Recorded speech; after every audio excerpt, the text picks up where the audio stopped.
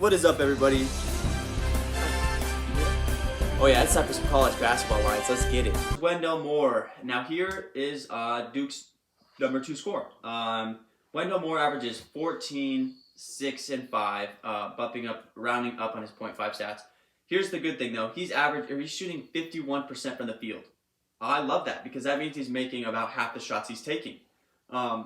He also plays the most minutes of anybody on the Duke roster. He plays 33 minutes a game, which is big. I like guys around the floor a lot. He has gone over on his 12.5 point line 15 out of 26 games. Are you kidding me?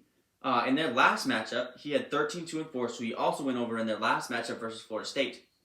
Now, he's also gone over on his 4.0 assists 15 times out of 26 games. His line is set at 4.5. It's set at 4. He averages 4.5 on the year. He's also gone over that 5.5 rebounds 10 times. He averages 5.6 on the year.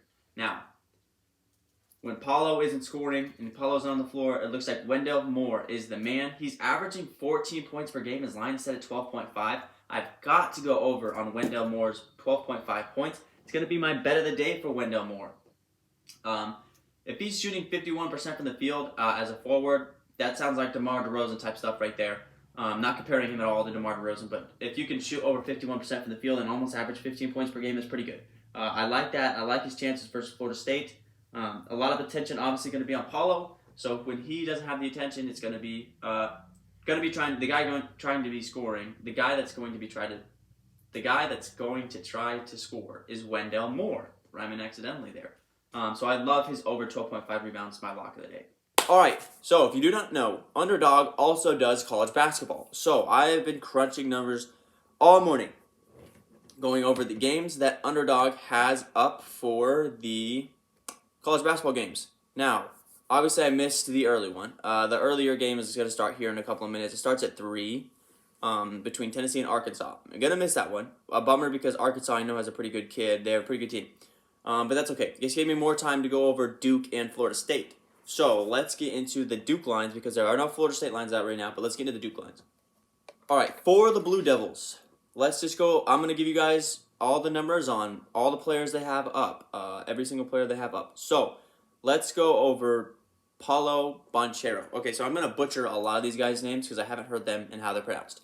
Okay, Paulo is averaging 16.9 points per game, 2.8 assists, and 8.5 rebounds. So right around 17, 3, and 9 in 26 games this year. They've got his points line set at 16.5, so you would need 17 points. He has scored over 16.5 points 13 times in 26 games, so almost literally half the time. Here's the good thing. They did play Florida State earlier this season. Here's the bad thing. It went to overtime, so stats are a little bit buffed from that game. In that matchup, Paulo did have 20, 12, and 7. Nearly a triple-double, but his minutes were boosted big time. He played 42 minutes that game. He averages 31 minutes a game. Here's an interesting fact, though. He has not scored over 16.5 points in his last 5 games.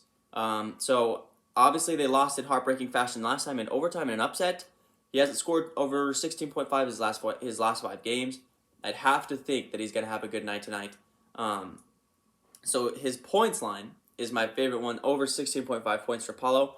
I just have a feeling, just because they got upset last time, they hasn't scored well in the last couple of games, he's going to have a big night today. So over on Paulo's points is my favorite line. Here's the big thing that's going to be coming up throughout this video. Rebounding is hard versus Florida State. Florida State has the tallest team in college basketball. So rebounds are really hard to come by versus this team. So Paulo's rebounds are set at 9.5. He's only grabbed 10 rebounds in 26 games. I don't love that line for him. So if you even wanted to go under on his 9.5 rebounds, because like I said, Florida State is a really good rebounding team. They have the tallest team in the country. It's hard to get rebounds over this team. I definitely go under on his 9.5 rebounds. To put in perspective how hard it is to get 10 rebounds versus Florida State, let me tell you. In their 25 games that Florida State has played this year, 4 times, in only 4 games, has anyone gone over 9.5 rebounds. And they were primarily big men. Colin Castleton from Florida, he had a 6'11" kid, he had 16 boards. That's the most anyone has had against Florida State. Gonna butcher this name again too, but Sukmail Mathone, a 6'10 big man from Boston, he had 12 boards. Syracuse is the only team to have 2 people in one game. Cole Swindler had 10 boards, and Jesse Edwards had 12 boards versus Syracuse. And Kadeem Sy from Wake Forest, he had 10 boards. That's 4 people, or 4 games, 5 people, over the course of 25 games versus Florida State that anyone has gone over 9.5 rebounds. So I do also love Paulo's under on his rebounds. Next up, we got Trevor Niels. He averages 2 threes a game, and he takes 5 a game for the point guard for the Blue Devils. In their last matchup, he did hit the 2 threes he needed, only put up 9 points and 2 rebounds. He's only gone over his 12 points 9 times out of their 26 games, but he has hit over 1.5 threes 10 times out of 26 games. I'm tempted to go over on his 3-point line, especially because Florida's perimeter defense is not nearly as good as their interior defense. Their interior defense is phenomenal, but their perimeter defense is kind of bad.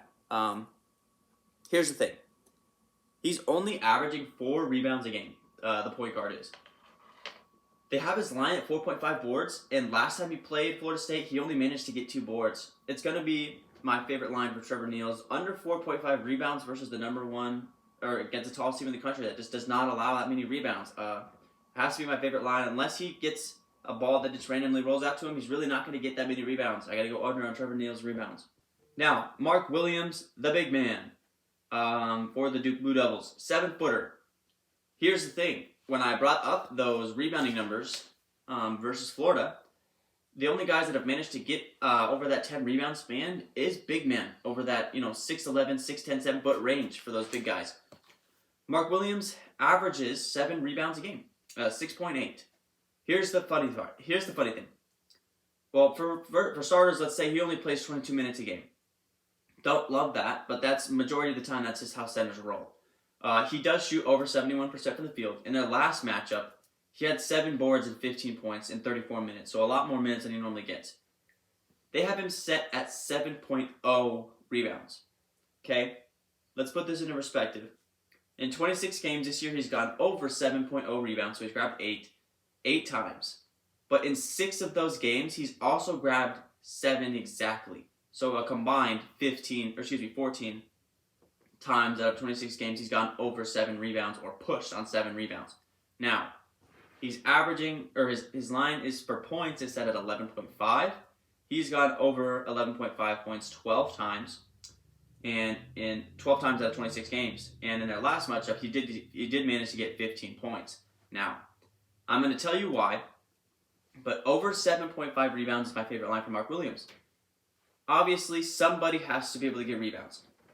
Florida State's going to miss shots, and Florida State can't get every single rebound in the world. So somebody for Duke has got to be grabbing rebounds.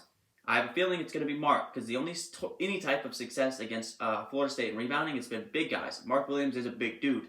Now, he has also gotten exactly to that 7.0 mark a bunch of times. So the push line is also possible, because if you can also get a push, that's huge, because that means you didn't get it wrong, you just get pushed.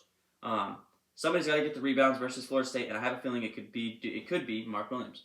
All right, on to the next game, which is West Virginia versus KU. Now, there's no Florida State lines. That's why I went over almost every single Duke player, because there was no Florida State lines. So, on to the West Virginia-KU game. Now, these two, of course, have matched up prior in the season, which is good. That helps us out just a little bit. Now, the big guy in this game, I'm going to butcher his name because I haven't heard it pronounced again. Ochai Agabji, the guard, 6'5" senior guard from Kansas. Dude's a stud. He's averaging 19.9 points per game, which is basically 20 points per game on 50% shooting from a guard. That is absurd. He takes on average 14 shots a game. Love that as well. He's also making about 3 threes a game, which is also huge. His line is set at 17.5 points. He's gone over that 17.5 points mark 16 out of 25 games. Yeah, that's pretty juicy to me. Their last matchup, he also managed to have 20 points, took 17 shots, and in a blowout over West Virginia, still played 36 minutes. He's averaging 35 minutes a game. There hasn't been one game this year, blowout, huge loss, close game, nothing.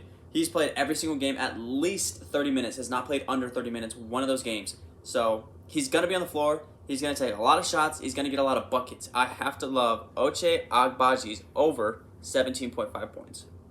One more KU player I like is David McCormick. Big dude for the Jayhawks. He averaging on the season, he's got 9.4 points, 7 boards even, and just under an assist a game. In their last matchup, he feasted. He dominated in their last matchup. 19 points. He had 19 points, 3 assists, and 15 boards in their last matchup. Now, I'm anticipating this game to be not close like it was last time, meaning the opposing team is throwing up a lot of bad shots, meaning there's a lot of rebounds. Also, it looks like he was a matchup problem for the West Virginia Mountaineers, so I would anticipate him to have another monster game. He has only gone over he hasn't really gone over this points total all that often this year. Like I said, he's averaging right around 9 points per game. But it looks like in games where teams don't have someone to match up with him, he has monster games. And his best game of the year came against West Virginia, which is a team that doesn't match up very well with him. So I would anticipate him to go over on his 11.5 points once again. For the Mountaineers, Taz Sherman seems to be like their Ochai Agabji. Taz is a pretty elite shooter. Now, Taz is averaging 18.6 points per game this year. He's gone over his 17.5 point mark 12 out of their 25 games, and he's averaging 15 shots per game. So it's a guy who's on the floor a lot. He's got a lot of volume. He's taking a lot of volume of shots, and he's also averaging a lot of points per game this year. Here's the thing. Their last matchup versus KU, he had 5 points, and they got blown out, like I said. I would anticipate this time around, he shot 1 for 9 in that game, and he also went 0 for 5 from 3. This is the only time the entire year he got held under 10 points, didn't score double digits. Only game he only made 1 shot, and the only game he didn't make at least two threes. The only game all season. So, my anticipation, they got blown out last time, 85-59. Give 10 to 15 more points onto that onto that West Virginia score. It's a lot closer of a game, meaning he's probably going to be on the floor, or meaning Ochai is going to be on the floor a lot longer. And Taz, I can't imagine, is going to have another horrible shooting like he did that night. That was by far his worst game of the season, not even close. I don't anticipate that to happen again. I like Taz Sherman over 2.0 threes. He takes a lot of them. He takes He takes 6 threes a game, which is a lot for a college guard. I love Taz Sherman over on his 2.0 threes. And the last line I really like from this Mountaineers game is going to be Jalen Bridges, a 6'7" forward for these guys.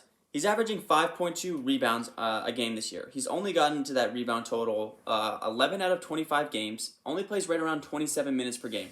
Here's the thing. KU throws up a lot of shots. So, when you throw up a lot of shots, you're bound to miss a lot of shots sometimes.